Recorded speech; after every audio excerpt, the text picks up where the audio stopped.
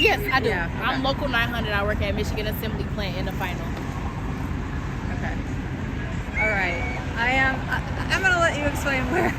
I usually report from New York. I want to tell people, but We I are am on a live. road trip, so yes. We are live in Wayne, Michigan at Michigan Assembly Plant for the UAW strike. We are making history. We're fighting for a fair contract. That's what we're fighting for.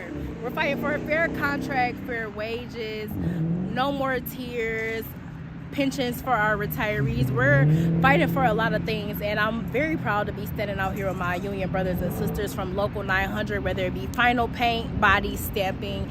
I'm very proud to be standing out here and making history with my union brothers and sisters, because this is very important.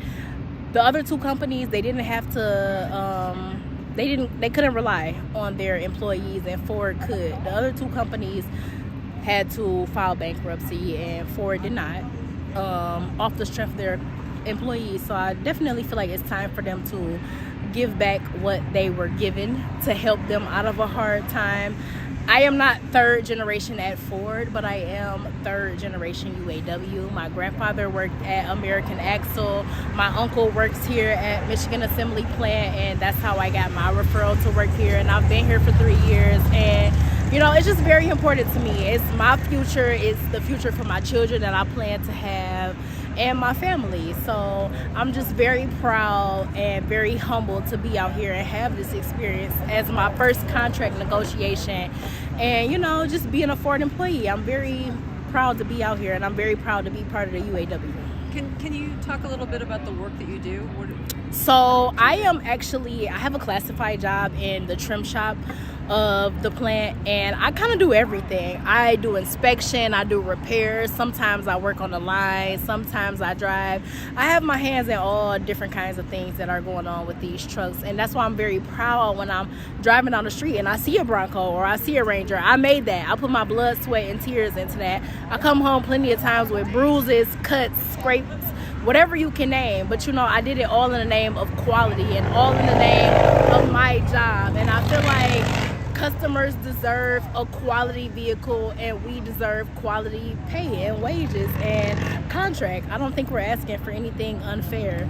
It's depending on your job title, it's a plethora of things that you could do in the plant.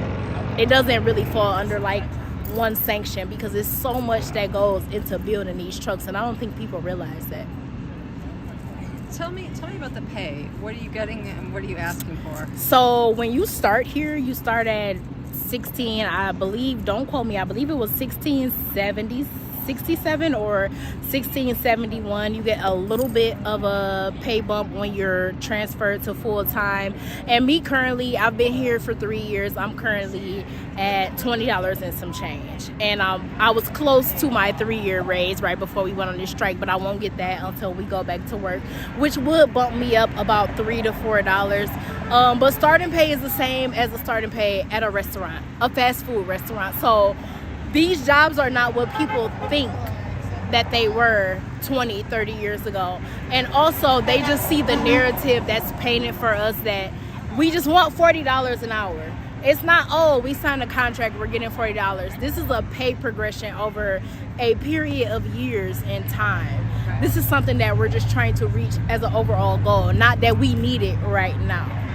You know, so the starting pay is not that great, but a lot of people come and they take this job because of what you can get and what you can be in the future, and we just want to make sure that that's something great and not something that where people are wasting their time. What's the minimum wage in Michigan is, what, 15 an hour? I actually am not sure. Minimum wage in Michigan, I am not exactly sure on, but I know that our starting pay is not too far off from what minimum wage is. So for everybody that's out there thinking that we have so much money and we make all of this money, it's not true. And you know, luckily I'm a person who is single and I don't have any kids, you know, so it's a little bit easier for me to maintain life, especially with this inflation and everything. But for my UAW brothers and sisters that have families that are relying on them, you know, this is hard times for them. Very hard times for them and their family when you're the sole provider of your family. We're not asking for anything outrageous. We're just asking for everything to be fair. Okay, so I don't know if you live in an apartment or a house or where you live, but do you know like sort of like what the average? So I live in a house. Luckily for me, I have been renting for 7 to 8 years, so I have a rapport with my landlord and he knows me. He has not raised my rent, but my landlord has told me that for houses that are like mine, I live in a 3-bedroom 1-bath house that's 3 levels, a basement, a main floor, and an upstairs, like a bungalow bedroom. He's charging like $1,800 a month for rent at places like those. He has not changed mine because I've lived there and I've, had a rapport with him for so long. I'm thankful for that, because I probably would not be able to maintain, especially with this strike, with the prices that he is charging for those type of units that I live in. And then you have, your DTE, your water. It depends on where you're living at. These things could be included or could not be included. And then you have your groceries. That's a whole nother expense. Gas, maintaining your vehicle. A lot of us that work here, we can't even afford to buy the vehicle that we make. That's crazy. I think that was the original idea of Ford, right? Yeah, I can't afford to lease or buy a brand new Ford. I can't afford it. Right. I can't afford that. So I have a beautiful used car that I try to take very good care of. It is a Ford because I try to stay within my union with my brothers and sisters, but I can't afford to get a brand new car from the company that I work at, and that's crazy. Our CEO makes what a line worker will make in a year, in a day, and that's okay, but we're gonna bankrupt the company with what we're asking for. I don't believe that. What do you think, like, just in terms of cost of living and the way that people are able to live, what kind of difference will it make in practical terms in people's lives if you get what you're asking for? If we get what we are asking for, honestly, my whole quality of life would increase tremendously. I am about 75% responsible for taking care of my mother. She's disabled. She's not able to work in anything anymore, and me and my sister, we share that responsibility. It would change my whole quality of life of living tremendously. I would actually be able to pay my bills and still have money to live outside of that. It's no way that with the wage that I make to maintain my life, I need to work 7 days a week, 12 hours a day. What kind of life is that? That's not a quality of life, and that's not right. You should not have to pick, am I going to go to work or am I going to go to my family events to make the money that I need to live the life that I need to live based off of the circumstances around me. Nothing that I've done, just circumstances around me.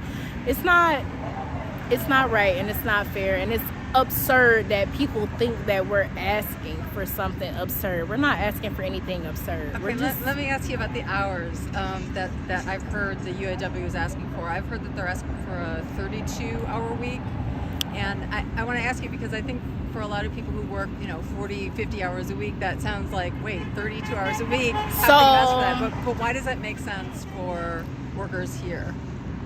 I'm not gonna lie, I was never too hard on the 32-hour work week. I will work 5 days a week, no problem, if I'm getting a fair wage. But like I just said in my previous statement, I need to work 7 days a week, 12 hours a day to maintain my lifestyle. That is not right. I'm not too hard pressed on the 32 hours a day, and I don't really, to be honest, I don't think any of us are. If we don't get that and we still have to work 5 days, I think we will be okay with that.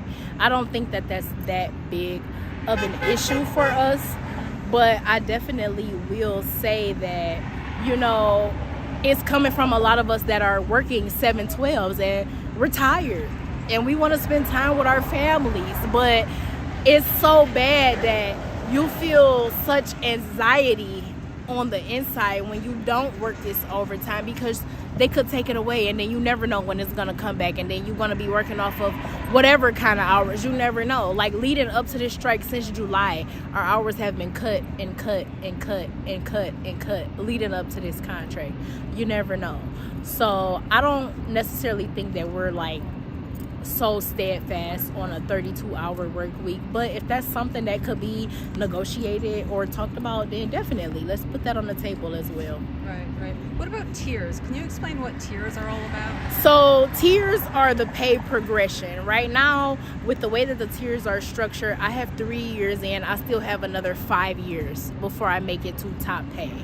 And with the way the inflation is going and the cost of living and everything, that's just not feasible for people, especially those that have a family and have children that are depending on them.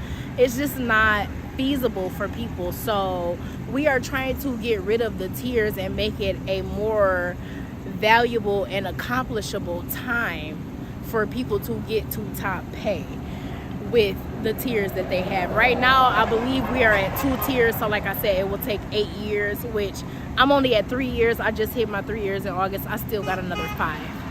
That's a long time. That's a while. That's a long time. Yeah, for sure. Take it over there.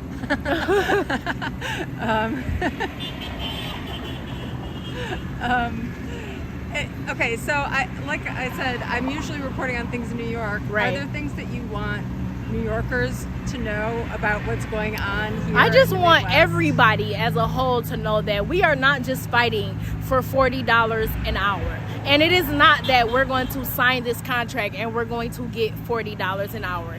That is a pay progression over a period of time. We are fighting for the future. We're not just fighting for ourselves. I'm fighting for the future. I'm fighting for my future. I'm fighting for the future of my children that I do not have, as well as my family that I'm responsible for taking care of. I just want everybody to know that we're not just talking about money. It's not just about money. It is about our livelihood and everything that makes our lives worthwhile. It's not just about money. And you know, like you said, you're from New York, but especially in Michigan, this is an automotive state. Always has been. If we go down, everything goes down. And I don't think people really realize the trickle effect that it could have not running these automotive companies in certain places. I don't think that they realize that. It's not just about the money. It is about everything. It's about our futures and our lives and what's going to happen when I'm not old enough to work and my children need help and my grandchildren. It's very important, and we need to just do our part and come out here and show up in numbers and show up in support. And I hope and pray that, you know, our UAW president and the 3 companies are able to come to an agreement tomorrow and they don't have to put more plants out on strike. But if they do, then, you know, we're going to stand in solidarity, and it just is what it is, because I'm always here for my union brothers and sisters. They have a noon deadline tomorrow? Absolutely, yep. He gave the new deadline is tomorrow by noon, and he will be doing a Facebook Live at 10 o'clock tomorrow. So we will know pretty much what's going on by 10 a.m. tomorrow. So if they don't come to an agreement, there might be more. He's going to send out his next list of plants that he will be sending out on strike. When you say he, you're talking about Sean Fain. Yes, I'm talking about our UAW president. Yes, yeah. Our UAW president. He's going to send out his next list of plants that he plans to send out on strike. And we're going to stand in solidarity. The Toledo assembly plant, thankful for them. They came and did a Jeep convoy for us yesterday. We did a Bronco and, you know, Ford convoy for them today. So I just love to see all the solidarity, all of the donations that we have received. Everybody coming up here every day, donating us food, honking their horns. I just appreciate everything because this is a very historic and important time for us at the UAW. All right. Well, thanks for talking with me. Thank you.